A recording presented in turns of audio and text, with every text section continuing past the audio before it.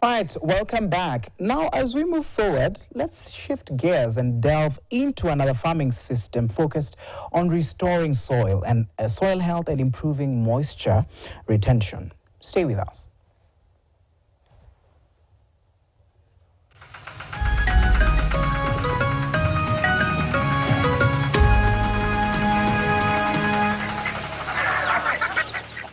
There are three basic principles involved in conservation agriculture. These are minimum mechanical soil disturbance, permanent soil organic cover, and species diversification. So when the term is applied, conservation agriculture basically is to ensure that the soil, which is the medium for crop production, is conserved. Kenya's economy is heavily reliant on agriculture, but if not practiced sustainably, agriculture can have a toll on the environment, produce greenhouse gases, and contribute to climate change. However, sustainable farming methods can do the opposite, increase reliance to climate change, protect biodiversity, and sustainably use natural resources. To some farmers, it's a new technology, but it's a technology that has been there for about the last 15 years or so. It's only that it has not really gotten down to all the farmers. So it's quite, I think that with this climate change, with this, we hear a lot in the media, everything is being carried by this runoff. But the problem is we cut our trees, we didn't conserve.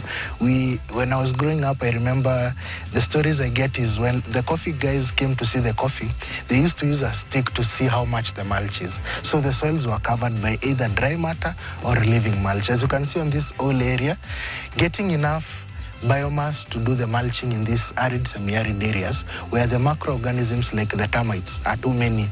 They really digest because the soils are not rich in fertility or in organic matter.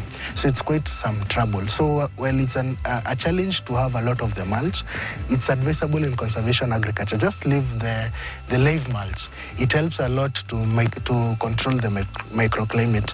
The difference between the soil where there isn't enough or no mulch, the temperatures are too high. But immediately there is a mulch or some microclimate, the temperatures reduce. So you control the loss of nutrients and moisture in the soil. Keremi practices conservation agriculture. But how then do you differentiate live mulching and weed infestation? Keremi explains. The first thing, weed is an unwanted plant.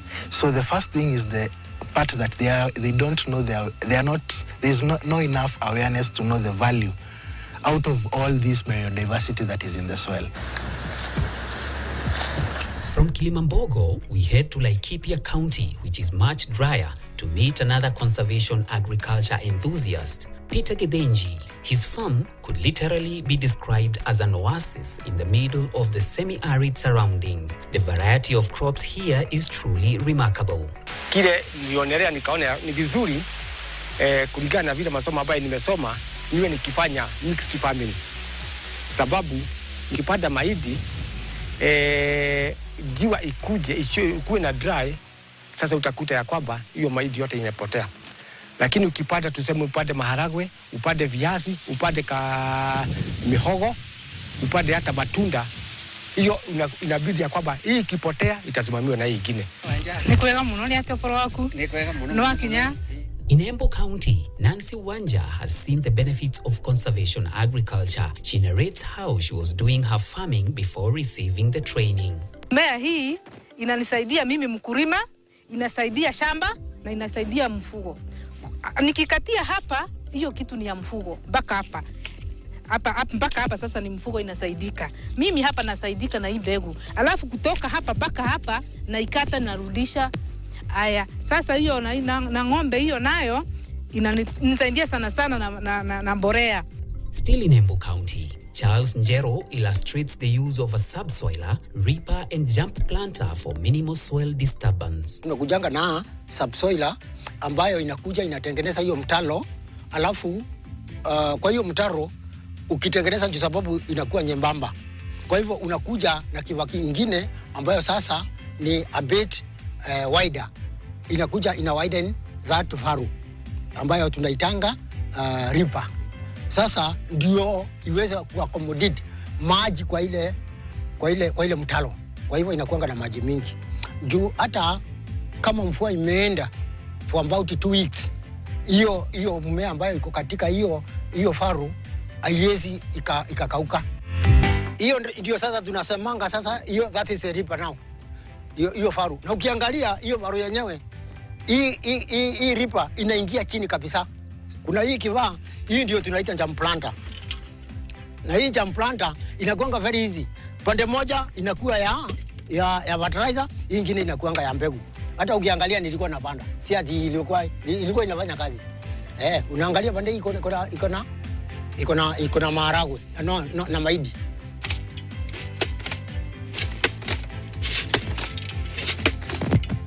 Na ukumbuke sasa hii kuna mahindi na fertilizer.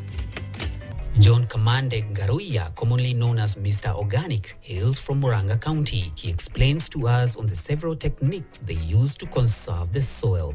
So what we are normally doing at Workers Organic Demonstration Farm, the bag you can see here has what we call manure in it. And the other one here, the same thing. And then we have what we are calling as the mulching. The moment I put water around this place here, just like I'm doing, this one is a banana trunk, and the moment I'm watering it, it presses the manure down there, and then the water trickles down up to where now we have the mulching. And when it gets to the mulching, it goes around that mulching all around it. And what I'm doing now here, I'm doing what is known as water conservation. So when the avocado gets the water from where we are now, I put this bag where the canopy is, because where the canopy is where the roots of the avocado are, and these are the roots that feed the tree itself. We hope this video has been informative and that you now have a better understanding of conservation agriculture, how to implement it, and the benefits it offers.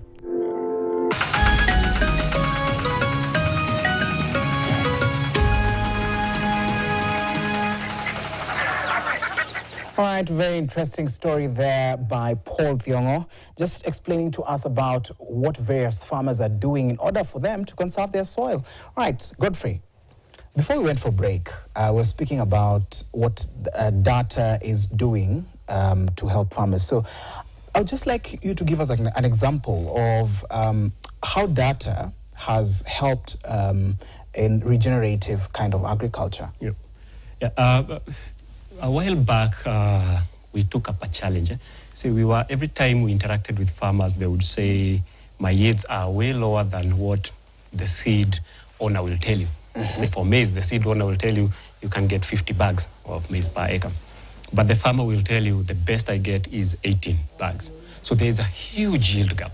Mm. So what we did was, now let's go to the ground, collect data, and try to identify what are these challenges or what are these barriers preventing us hitting that achievable yield, because the seed owner will tell you it's doable and they have done it. So what we did is we went through, broke down everything that a farmer is doing from a practice point of view, environmental factors, some socioeconomic, some biophysical factors. We looked at all of that. And what we did with that data is we broke it down to different categories of challenges, creating this yield gap. Mm-hmm. And then we started, from this data that we have gathered, which one would be the easiest to solve? Because you cannot solve all those challenges at once.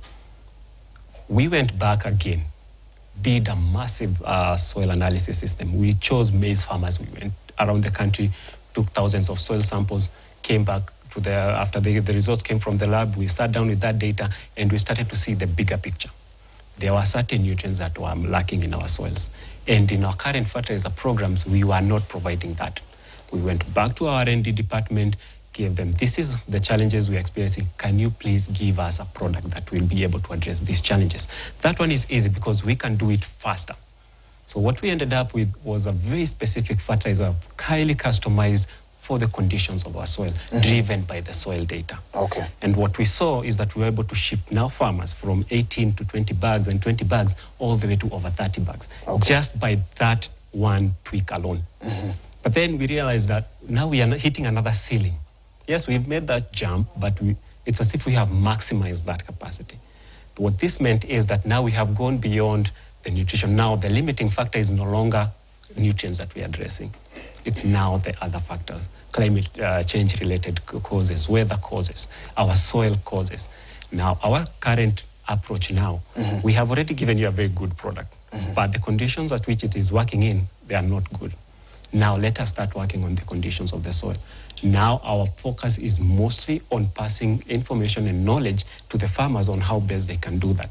Okay. If you interact with the way we interact with farmers, the product is the last thing. The products, yes, we will talk about them, but that's once we are done with the background, with the base, that's how we have been doing it now for a while. All right.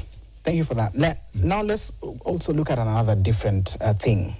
Some of the challenges. What are challenges and the opportunities in scaling regenerative practices across Kenya, particularly for now that we're looking at small holder farmers and also large scale farmers? Let me start with you. Some of the challenges. I think one of the prominent challenges is around mechanization. So I was quite pleased to see previously there's a farmer in the previous segment. Yes. They were talking about, I go subsoiling, ripping and all this. And I think for a lot of us, you're used to either the tractor with the disc harrow or the oxen with the plow, right? Yes. And what we are doing in every sense of that is that we're turning the soil upside down. We're losing a lot of moisture, right? We are moisture constrained, and yet we are turning the soil upside down to lose it. We're losing nutrients and so on and so forth. So you'll find that mechanization plays a key role, right? So if you are somewhere in, let me pick Isiolo, and you wanted to do subsoiling, right? It's likely that it's not around you that you can easily get a subsoiler. Maybe the big farmers who have thousands of acres have it, but you don't.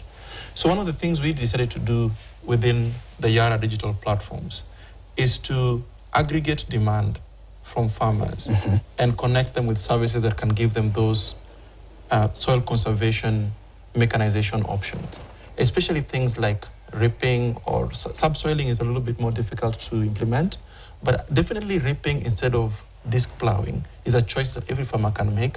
It's actually the same price. In fact, in some cases, it's cheaper to rip your land than to disc plow. But farmers don't know, and even if they knew, how would you access those services? Okay. So what we do is that we get them together and they can order the services in a bigger group, and we make sure the providers who know what they're doing are available. Another one that I want to talk about is the impact of drone services as well.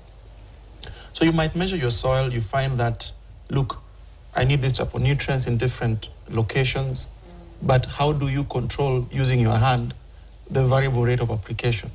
If you throw fertilizer like this with a bottle top, there's only so much you can do. But if you look at the new technologies, the drone applications and the rest, you can actually pre-program in the drone services how much foliar fertilizer, even how much granular fertilizer goes into a specific part of your farm. Now that's something you cannot do as a human being, but in mechanization, you can make this easier for farmers to do. So I think in scaling up these services and these techniques, we also need to scale up the access to these new technologies and new ways of doing things that make it practical and accessible for farmers to do this. Otherwise, we'll be talking here, and then it comes time for planting. I just call the tractor next to me, and I did what I did last season. All right. Godfrey, about the challenges, what do you think are some of the challenges? He has mentioned mechanization and also drone. Now, give us something else in terms of the challenges that you think from your perspective. Knowledge and awareness is key. Some of these practices farmers may not be aware, or they might not be aware there is a problem to begin with. So what we have done, Yara has a rich culture of generating and disseminating knowledge. So what we have done is sometimes the theoretical part, it's good, but we always say the practical way is the best way to learn. So what we have done is we have set up centers called Yara Knowledge Centers. Now this is, for years we've been doing demos. So demos is where we show this is how the fertilizer performs.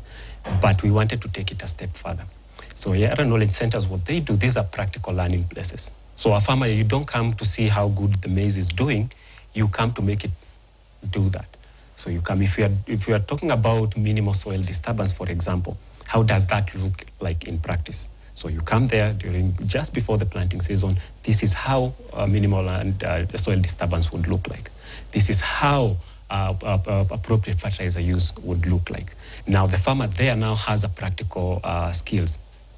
Now what we have done is we know we have different segments and categories of farmers, from the subsistent, small scale to the large commercial guys.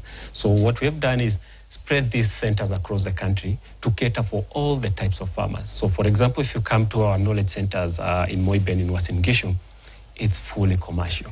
It's fully mechanized. And here we are showing farmers, yes, you are big maize and wheat farmers, but how can you unlock higher yields? And you will find us, we have a long-term, we call it a long-term regenerative agriculture demonstration plot. And we are going to follow this for the next 10 years or so. All right, so even as we come to a conclusion, of course, I'll throw in and then you'll give us your last bit. Let us look at also policies, and policies and markets can either hinder or accelerate adoption of regenerative agriculture. So how do you think the government is supporting this regenerative agriculture, briefly? And then I will end with your call to action, what you think needs to be done. Let's start with you, Mondi. So in our engagement with the government, we found they've been quite welcoming of new technologies, especially ones that are data-driven and where the results speak for themselves. You know, in farming, it's very difficult to lie, right? It's 10 bags or 5 bags, or that's it. You'll see it. So it's very difficult to go around it. Yes. So we found that government has been very welcoming when we come with new technologies. Of course, the government has other policies, for example, subsidies that they're pursuing, and they're working together with them in the umbrella of the association to see how best do we achieve the outcome that is intended while also supporting the entire ecosystem. And in the policy side, the big thing that we see is that for a farmer to do well, you need a whole community of people doing well, right? You need the seed producer doing well. You need the agri-dealer doing well. You need the aggregator doing well. Yes. You need the markets working. So if the farmer is looked at in isolation, then that whole piece is left. And here there's one area where we're working with the government to see what can be done in terms of expanding the subsidy program to also include the agroduca next to the farmer, right? Because that is the person who's the closest to them. In addition to supplying those affordable inputs, they can also be giving knowledge. They're also trusted, right? If I tell you to do something, you go try it, it doesn't work, I'm your neighbor, right? So it's a little bit of a higher standard of trust that works in those cycles. So I think that's one big thing that we're looking at. Okay. Right, Godfrey? Yeah, I think the approach that the government has taken is involving all the stakeholders. Everybody recognizes no one entity will be able to solve these challenges. We are very good at crop nutrition, soil health related matters and products and services. All of that we are very good at, but we also need other players to be in. So what has been happening is that the stakeholders have been coming together, sharing the information, sharing knowledge, keeping in mind that the farmer is at the center of all of this. And through that collaborative work, I think we have seen some good work coming in for the recent years. Yeah. All right. So it's a positive. All right. Before we finish, you're going to look at things you should know, even as you're seated at home. Charles Cron developed the term regenerative. He was an architect and systems thinker. He described 4 levels of work which every living system or entity must continually engage if it is to be sustainable in a world that is nested, dynamic, complex, interdependent, and evolving. And also we are looking at it can take hundreds of years of nature to build soil, but using regenerative farming practices, a farmer can increase organic matter and improve soil function in just a few years. So these are some of the things that you need to know today. All right. We've come to the end of this particular edition of Farm Kenya Today, and Many thanks to our visitors today, our guests. We had Geoffrey Ikugu and Omondi Kasivi, who are helping us discuss about regenerative type of agriculture. Thank you so much, gentlemen. All right, we're going to just end it right there. My name is Kelvin Yakundi. Keep it KTN. Let's meet next time, same place right here on KTN.